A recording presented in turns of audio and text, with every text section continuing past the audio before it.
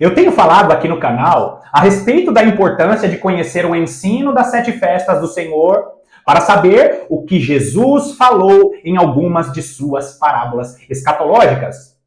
Nós falamos um pouquinho sobre a festa de Pentecostes, um pouquinho sobre a festa das trombetas, que são os moedes de Deus, ou que são os períodos proféticos, os tempos determinados pelo Senhor, porque o Israel na antiga aliança, eles celebraram de maneira literal as 7 festas do Senhor, eles celebraram a Páscoa, eles celebraram a festa de pães asmos, eles celebraram as primícias, eles celebraram a festa de Pentecostes, e nós vimos eles celebrando a festa de Pentecostes, a festa das trombetas, também a festa da expiação e a festa de tabernáculos. Essas 7 festas do Senhor foram celebradas de maneira literal, só que todas elas apontavam para uma realidade. No vídeo de hoje, eu vou estar falando a respeito da última palavra ou da última revelação que tem em Mateus capítulo 25, especificamente no versículo 6. Você sabia que a igreja está sendo preparada para o grande encontro? Você sabia que as 2 testemunhas do Senhor que vão dar o grito da meia-noite, como pequenas lideranças, vão estar conduzindo a noiva para o deserto? Porque essa noiva no deserto estará se ataviando, se preparando para o grande encontro nos ares. Seja muito bem-vindo a mais essa meditação do canal A Lâmpada para os Meus Pés.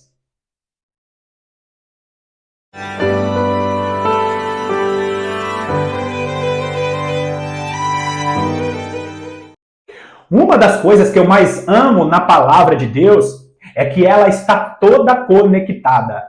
E conforme você vai meditando e insistindo nas meditações, o Espírito do Senhor, em sua bondade e misericórdia, vai descortinando, vai revelando aos pouquinhos para que compreendamos o plano eterno do Senhor. Essa semana, um irmão, ele escreveu aqui de uma maneira maravilhosa, em um vídeo específico dizendo: é maravilhoso compreender o plano eterno do nosso Deus. E ele propositou esse plano, e ele estabeleceu esse plano de eternidade a eternidade. E nós precisamos entender que o plano do Senhor que ele revelou para a humanidade está em sua palavra. Mas só vai compreender aqueles que têm disposição, aqueles que têm disponibilidade para compreender essas revelações. Se você segue o seu pastor famoso, se você é um cristão tradicional, se você é um cristão bereano, zeloso da palavra do Senhor, você não pode ter preguiça de acompanhar as meditações e os estudos. Eu sei que a teologia tradicional muito nos abençoou, e se não fosse a teologia tradicional, nós não estaríamos aqui. Eu não estaria aqui meditando na palavra do Senhor com você, porém, parte dessa teologia tradicional, infelizmente, é inspirada pela cultura grega, pela cultura da filosofia e pela cultura romana.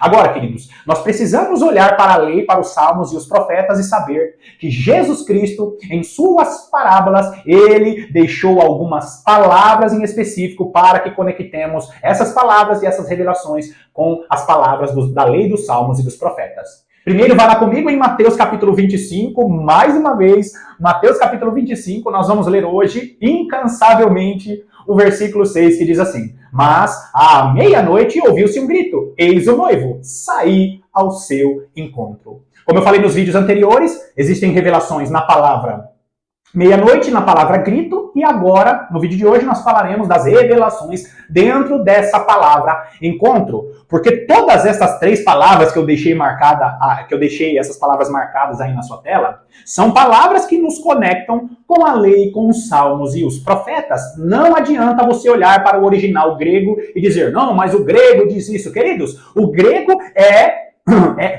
o grego é uma língua hiperflexiva e uma palavra pode significar muitas coisas. Porém, quando nós falamos das palavras do nosso Senhor e Salvador Jesus Cristo, nós precisamos entender que algumas palavras representam momentos, representam períodos. Como, por exemplo, a palavra chuva. Você sabia o que significa chuva? A linguagem da agricultura que o nosso Senhor e o apóstolo Tiago, o apóstolo Tiago, na sua carta, nós vamos ver o apóstolo Pedro falando a respeito, usando o linguajar do Antigo Testamento para trazer as revelações para o Novo. Assim como chuva, assim como a palavra primícias, assim como as palavras que eram muito mencionadas no Antigo Testamento, representam períodos, e isso é falado no Novo Testamento para que conectemos com o Antigo. Então vai lá comigo em Cantares, capítulo 8, Cantares, capítulo 8, ou Cântico dos Cânticos, dependendo aí da versão da sua Bíblia. Nós vamos ler Cântico dos Cânticos,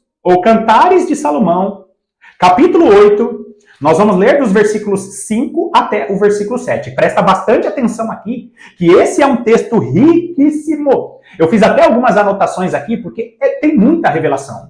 Muita revelação, e em outros vídeos eu falei a respeito. Queridos, o encontro que a noiva do Senhor vai ter com seu Salvador, o encontro que a noiva do Senhor vai ter com seu esposo, é um encontro que tem ali uma preparação. A Bíblia vai nos dizer em Apocalipse que esta noiva está se ataviando, ou seja, ela está se preparando, ela está colocando suas vestes. O livro de Apocalipse vai dizer que essa noiva está colocando linho finíssimo. O linho finíssimo que representa a pureza e uma preparação para uma celebração importante. Agora, olha só como essa preparação será feita, e não esqueça, Cantares ou Cântico dos Cânticos é um livro profético e é um livro poético. E o autor aqui, Salomão, ele colocou essas palavras e, inspirado pelo Espírito do Senhor, ele nos mostra o que a igreja viverá no período mais escuro da história. Cantares de Salomão ou Cântico dos Cânticos, capítulo 8, versículo 5 diz assim: quem é esta que sobe do deserto e vem encostada ao seu amado? Primeira coisa, queridos, uma mulher que está subindo do deserto. E você sabe muito bem que o Israel da Antiga Aliança, em um determinado período, eles subiram do deserto depois de saírem da escravidão do Egito. Essa situação era uma sombra do que a igreja de Jesus Cristo viverá. Entenda muito bem o que eu estou dizendo. Nós vamos ver Ezequiel capítulo 20, no versículo 35, Oséias capítulo 2, os versículos 14 e 15, dizendo que esta mulher seria conduzida ao deserto e ali o Senhor falará face a face com ela. Assim como o Israel na Antiga Aliança, assim como o Senhor proporcionou ao Israel da Antiga Aliança, a mulher subirá de novo do deserto para encontrar com seu amado. Só que agora não é o deserto literal, que é o deserto que o Israel da Antiga Aliança passou. Agora, o deserto é o deserto dos povos, é o deserto das nações. São lugares ermos em que essa igreja estará sendo levada para fugir da vista do grande dragão, para fugir da vista da serpente de Apocalipse, capítulo 12. A mulher que sobe do deserto, porque o Senhor estará despertando essa mulher para que ela amadureça, para que ela se atavie no período do deserto. Você vai ver uma forte conexão da comunhão dos santos, da congregação dos santos, os santos vivendo, congregando em comunhão, recebendo essa maturidade, que é quando a igreja estará no deserto dos povos, gerando a maturidade e a estatura do varão perfeito. Agora, essa mulher está subindo do deserto, como relatado em Ezequiel, como relatado também pelo profeta Oséias. Esta mulher, ela está o quê? Ela vem encostada ao seu amado. Todas essas linguagens nos mostram que essa mulher, ela está indo se encontrar com seu amado, mas ela está encostada em seu amado. Peraí, ela não está indo encontrar-se com seu amado? Sim. Mas em nenhum momento ela perdeu a conexão com seu amado. A palavra aí no original hebraico, encostado, significa apoiar-se. Ou seja, existe um apoio espiritual do nosso Senhor e Salvador Jesus Cristo que vai estar acontecendo com a igreja que estará subindo do deserto. A igreja estará subindo para o grande encontro, mas essa igreja estará sendo apoiada, influenciada pelo Espírito do Senhor quando essa igreja estiver no deserto. Quem é esta mulher que está subindo do deserto encostada ao seu amado? Ela não encontrou ele ainda, mas está sendo apoiada. O Espírito do Senhor, que é o Consolador, que vai estar sobre as duas testemunhas, e é justamente aquela palavra, as duas asas da grande águia, o Espírito do Senhor nas duas testemunhas, como pequenas lideranças conduzindo a igreja pelo deserto. Agora, queridos, continua aí no versículo 5, que tem mais revelações aí. O versículo 5 diz: debaixo da macieira te despertei, ali esteve tua mãe com dores, e ali esteve com dores aquela que te deu a luz. Primeira coisa, queridos, aí tem uma palavrinha que se chama o quê? Despertar. A igreja que está sendo despertada no deserto, a mulher que está sendo despertada no deserto. Só que olha que interessante, quando você olha para esse despertar, está falando que esse despertar aconteceu em um momento em que a mãe dessa mulher estava com dores. Eram dores aquela que te deu a luz. E presta bastante atenção, porque esse final do versículo 5 nos conecta com a grande tribulação. Por quê? Porque nós, os gentios, toda a igreja de judeus e gentios, ela primeiro foi gerada pelo Israel da antiga aliança. O Israel que nós conhecemos hoje, o Israel da antiga aliança, espiritualmente foi como mãe gerando a igreja da nova aliança. Entenda bem aqui a palavra gerar, porque nós vimos ao longo da história o Israel literal, o Israel da antiga aliança, sofrendo perseguições, sofrendo dores de parto para gerar um milagre. Eu não sei se você lembra disso, mas eu não vou explicar totalmente. Se você olhar para o ensino dos 144 mil selados e você ver a disposição daquelas 12 tribos que estão lá em Apocalipse capítulo 7, em Apocalipse capítulo 14, nós vamos encontrar ali a explicação disso que eu estou falando de maneira perfeita. Por quê? Os primeiros convertidos foram os de Judá, os judeus. E os que conhecem o ensino das duas casas de Israel já mataram aqui a revelação. Que é o quê? Primeiro, a igreja de Jesus Cristo foi gerada pelos israelitas. É por isso que nós devemos tomar muito cuidado em querer tirar todo tipo de judaicidade dos próprios cristãos judeus. Deus deu leis específicas para os judeus cristãos e nós precisamos entender que eles foram direcionados a cumprir leis cerimoniais. Obviamente, essas leis não são leis que imputam para a salvação, mas são leis cerimoniais que os judeus cristãos precisam cumprir, e mais para frente eu vou estar explicando tudo isso. O fato é que a salvação só vem em Jesus Cristo e nós fomos gerados primeiro pelos judeus, ou seja, o Israel literal, o Israel da antiga aliança, os primeiros judeus que receberam Yeshua, que receberam Jesus Cristo, foram aqueles que sofreram dores de parto para gerar a igreja gentia. Porque se não fosse gerada a igreja gentia, a igreja de Jesus Cristo não estaria completa. Judeus e gentios são as duas testemunhas do Senhor que estarão ali debaixo da macieira. Mas peraí, ela foi despertada debaixo da macieira, como está escrito aí no versículo? Isso mesmo, debaixo da macieira te despertei. E é lindo você entender os significados das árvores na palavra de Deus. Por quê?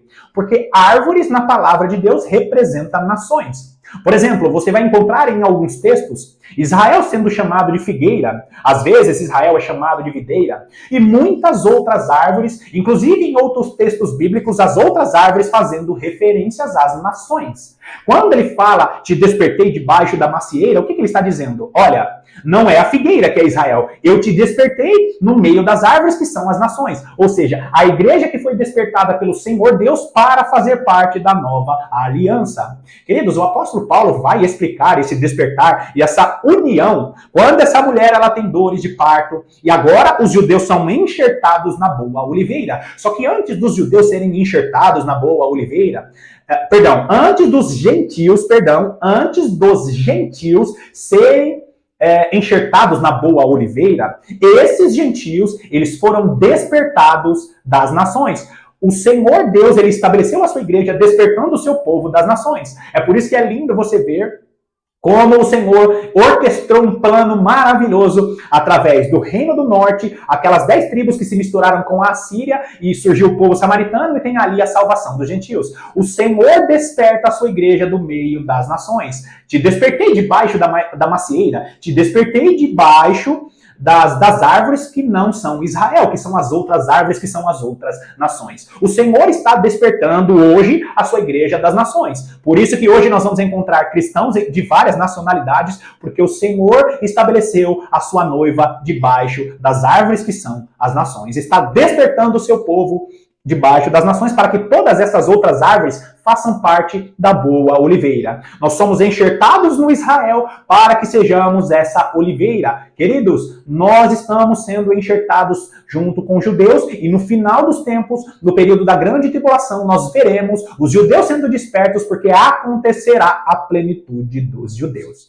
Agora continua aí o versículo 6. Põe-me como selo sobre o teu coração, como selo sobre o teu braço, porque o amor é forte como a morte e duro como a sepultura. Os ciúmes, as suas brasas são brasas de fogo, são veementes labaredas. Bom, O versículo anterior nos mostrou que essa igreja, ela estará no momento em que o Israel literal estará sofrendo dores de parto. A tua mãe sofre com as dores da luz de parto. O que é aquilo? É a angústia de Jacó. Quando o Israel literal estará sofrendo com dores de parto, porque o Senhor estará gerando a salvação dos judeus para que as duas testemunhas estejam completas no período da grande tribulação. A angústia de Jacó, a perseguição que o Israel literal sofrerá para que esse mesmo entenda as revelações que o Senhor tem em sua palavra. Agora, essa mesma mulher, ela está o quê? Ela está colocando sobre o seu coração um selo. E que selo é esse? O selo é o selo do Espírito do Senhor. Queridos, qual que é o selo da promessa? Qual que é o selo que os anjos no final dos tempos vão estar olhando e antes que as catástrofes aconteçam aqui nessa terra, esses anjos não vão receber autorização para fazer essas catástrofes enquanto os servos do Senhor não forem selados. A igreja de Jesus Cristo, no período das dores de parto, no período da grande tribulação, quando ela estiver subindo do deserto, ela terá o Espírito do Senhor como selo em seu coração. Agora, não existe arrebatamento de parte da noiva selada e a outra parte da noiva selada que fica dividida, a boa oliveira que foi enxertada, ou seja, os ramos sobem e o Israel fica. Selados são arrebatados e selados ficam? Não faz sentido nenhum, porque a Bíblia diz que a terra só será danificada quando todos forem selados. E se você olhar o momento em que o Senhor começa a danificar a terra, a igreja ainda está aqui profetizando essas catástrofes, profetizando essas trombetas. Agora, queridos, esta mulher, ela tem o selo sobre o seu coração, mas ela também tem o selo sobre o seu braço. O selo sobre o coração é a testificação da salvação. O selo sobre o braço é a testificação do poder de Deus através do agir, através das atitudes da igreja. As duas testemunhas do Senhor, no período das dores de parto, no período da subida do deserto, é a igreja de Jesus Cristo que terá poder e autoridade para executar a graça do Senhor, o cumprimento das palavras de Jesus. O que o Senhor disse aos primeiros discípulos? Olha, vocês farão as mesmas coisas e coisas até maiores do que essas que eu fiz. Quando isso aconteceu ao longo da história? Nunca. E quando isso vai acontecer? Quando a igreja de Jesus Cristo tiver o selo do Senhor, o amor do selo do Senhor em seu braço, ou seja, a capacidade para executar as maravilhas, o poder, as catástrofes do Senhor aqui nessa terra. As duas testemunhas do Senhor, que são judeus e gentios, vão estar profetizando e as catástrofes e as maravilhas vão estar acontecendo. Por quê, queridos? Porque este selo, porque o amor é forte como a morte e o selo está sobre o braço. Agora, está falando sobre o quê? O período em que o amor do Senhor vai estar reinando no coração de sua noiva, que está sendo preparada no deserto. É um amor mais forte como a morte. É duro como a sepultura. Que amor é esse? É justamente o amor em que, infelizmente, queridos, eu não falo isso com alegria, infelizmente, muitos servos do Senhor, muitos cristãos serão martirizados e vão estar ali perdendo as suas vidas no período da grande tribulação. Tem aquela famosa frase se eu não me engano, é Apocalipse capítulo 5, ou é o 5º selo, eu vou deixar a referência aí, que fala a respeito daqueles servos do Senhor que estão debaixo do altar dizendo: Senhor, o Senhor não está vendo? Até quando, ó Deus Todo-Poderoso, o Senhor vai aceitar essas mortes, essas perseguições? E é justamente aqueles que estão debaixo do altar, só que eles vão estar debaixo do altar sendo preparados para a ressurreição dos mortos. Antes que aconteça a ressurreição dos mortos, antes que aconteça o ressurgimento da igreja como o grande exército poderoso, este amor será provado porque, infelizmente, muitos cristãos serão mártires. Por que o amor é mais forte que a sepultura? Porque o nosso Senhor, como está escrito em Oséias, como está escrito em Efésios capítulo 4, a morte foi tragada pela vitória. Ou seja, por mais que cristãos venham perder as suas vidas no período mais escuro da história, esses cristãos terão em seus corações o amor mais forte que a morte, ao ponto de dar as suas vidas sabendo que tem uma esperança maior que a ressurreição dos mortos.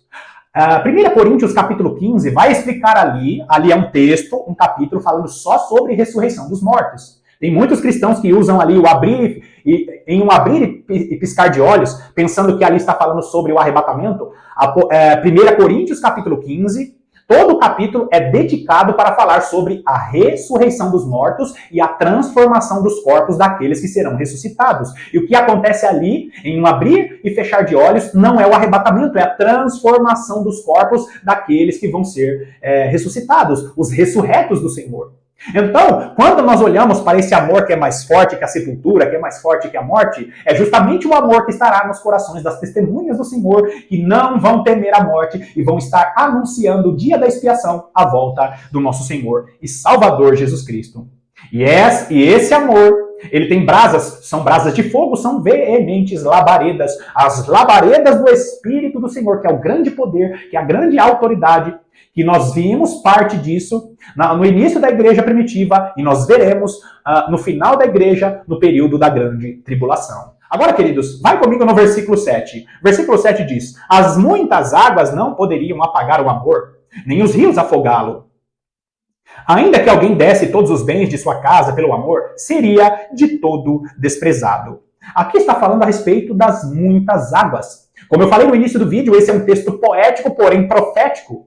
E essas muitas águas, não perca aqui que a mulher está subindo do deserto, essa mulher ela foi despertada debaixo da macieira. Só que agora existem muitas águas. As muitas águas não poderiam apagar o amor. Que amor é esse? O amor não é aquilo que você sente no coração. O amor é a atitude. Não existe amor sem atitude. Amor sem atitude é filosofia. Todo tipo de amor no mundo é válido. Não. O amor do Senhor de 1 Coríntios 13, de 1 Coríntios 13, né? Ali fala sobre o amor do Senhor. O amor que o Senhor está falando aqui é o mesmo amor de 1 Coríntios 13, é o mesmo amor de João, capítulo 3, versículo 16. E o Senhor Deus deu seu Filho unigênito para que todo aquele que nele crê não pereça, mas tenha a vida eterna. Ou seja, ele deu o seu Filho ao mundo para salvar a humanidade. Todo aquele que crer no Senhor Jesus será salvo. Os que não creem serão condenados. Amor está falando sobre entregar a sua vida por algo que o Senhor colocou em seu coração. Um amor pelo propósito maior e é um amor que resulta em atitude.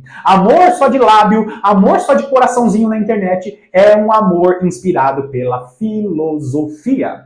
Então, queridos, esse amor, essas muitas águas não podem apagar esse amor. A igreja de Jesus Cristo, as verdadeiras testemunhas do Senhor, os mártires do Senhor no final dos tempos, uns darão as suas vidas, outros serão conduzidos ao deserto dos povos, fugindo da vista da serpente, fugindo da vista do grande dragão. Só que eles vão estar fugindo por quê? Por causa dessas muitas águas. As muitas águas aqui são as águas do dilúvio. E infelizmente muitos irmãos ainda não compreendem que aquele dilúvio relatado pelo nosso Senhor, aqueles que serão tomados, como nos dias de Noé, são aqueles tomados pelo dilúvio. E os que são deixados para trás é a igreja que ficará na grande tribulação. Eu tenho um vídeo aqui, algumas semanas atrás eu fiz uma série de vídeos falando a respeito como nos dias de Noé. Aqueles que serão tomados por essas muitas águas são aqueles que serão tomados pelas águas do dilúvio. O dilúvio, na palavra de Deus, representa a grande tribulação e não o arrebatamento. Assista ao vídeo e eu explico lá, mostrando para você por que as águas do dilúvio não são águas que vão arrebatar e deixar um no moinho e deixar outro no eirado. O que fica no eirado, o que fica no moinho é o salvo. O que é tomado pelo dilúvio é aquele que foi tomado pelas águas dos enganos no período da grande tribulação.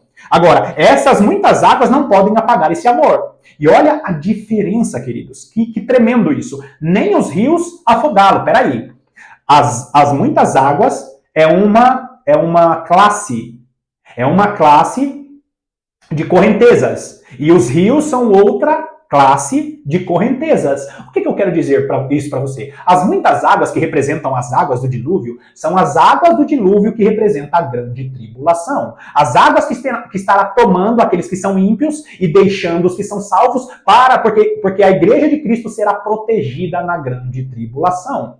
E quando nós vemos os rios, Esses rios são os rios de engano que vão sair da boca da serpente. Lembra Apocalipse capítulo 12? Esse texto aqui tem forte conexão com Apocalipse capítulo 12. É justamente os rios de engano, são as doutrinas que falam até de Jesus, são as doutrinas que ensinam, porque rios na palavra de Deus representa ensino, representa doutrina. Rios aqui são os rios de engano que vão estar conduzindo a muitos a servirem o anticristo, a servirem religiões que são malignas. As muitas águas do dilúvio não podem apagar o amor que é o selo que está no coração da igreja. E os rios de engano que saem da boca da serpente não podem levar as pessoas que são seladas, que são marcadas pelo Senhor neste período. Agora, ainda que alguém desse todos os bens de sua casa pelo amor, seria de todo desprezado. Nós estamos vendo aqui um período em que a igreja estará cheia do amor de Jesus, e o amor de Jesus, através do Espírito do Senhor, estará dando coragem para a igreja tomar atitudes. Amor aqui não tem a ver com sentimento, amor aqui é atitude. Se eu amo alguém, eu vou agir de uma maneira que demonstre esse amor, como Jesus Cristo demonstrou seu amor morrendo na cruz do Calvário. O amor na palavra de Deus, o amor bíblico, é um amor que promove atitude, é o amor que te faz ser despreendido das coisas desse mundo. Agora, queridos, esse amor aqui, ele não pode ser comprado. Por quê? Porque não existe nenhum dinheiro no mundo que te faça comprar a unção do Senhor. Ou seja, teologia da prosperidade não vai existir. Esses que se colocam como autoridade, querendo ser alguma coisa diante dos olhos dos homens, não vão poder comprar sua influência, porque no período mais escuro da história ficará claro aquele que serve ao Senhor e aquele que é só palha, e aquele que finge ser alguma coisa, que só tem títulos, que só tem influência entre os homens, no período da grande tribulação, aonde não será permitido comprar e vender literalmente. Também muitos que não são servos do Senhor vão querer se unir à igreja, mas por causa da sua fraqueza espiritual, de estarem afastados do amor de Deus, não vão conseguir se unir à igreja. É por isso que a ênfase para a salvação nos últimos dias será uma ênfase para o amadurecimento do fruto e não especificamente para novas conversões. Meus amados, a igreja estará no período mais escuro da história. Nesse período não poderá comprar e vender a unção do Senhor, porque a igreja já estará sendo amadurecida nesse período. Não poderá comprar e vender alimentos literais, porque será estabelecida uma marca. Essa marca será estabelecida e só poderá comprar e vender aqueles que estiverem com essa marca. Não será um período de comércio de cargos ministeriais e não será um período de fácil comércio para quem quer viver nos padrões desse mundo. Somente aqueles que estiverem o amor de Jesus Cristo em seus corações vão sobreviver para o período mais escuro da história. A igreja de Jesus Cristo, que estará subindo do deserto dos povos, do deserto sendo ataviada, a noiva do nosso Senhor, que será ataviada e preparada no deserto dos povos para encontrar-se com seu noivo, para o cumprimento das bodas do Cordeiro. Primeiro, essa igreja ela sobe do deserto porque ela encontra com seu Senhor nos ares. Tem ali um grande cortejo, mas não acontece ainda o casamento, porque depois desse cortejo tem o período da batalha do Armagedon. A igreja não pode casar com seu esposo, ainda não pode casar com seu noivo, porque tem uma guerra em seguida. Quando acabar essa guerra, aí sim se inicia o reino milenar, que são as bodas do Cordeiro, que a igreja estará se unificando com seu corpo glorificado, estará reinando sobre essa terra como reis e sacerdotes. A igreja será ataviada para esse grande encontro. E é por isso, queridos, que a parábola, chamada de a parábola das 10 virgens, é uma parábola que nos mostra que a igreja estará sendo preparada no deserto, no período da meia-noite, no período do grito e também no período desse grande encontro. Bom, queridos, mais uma vez eu te agradeço pela sua companhia. Que Deus te abençoe poderosamente e eu estou aqui te aguardando para as próximas meditações.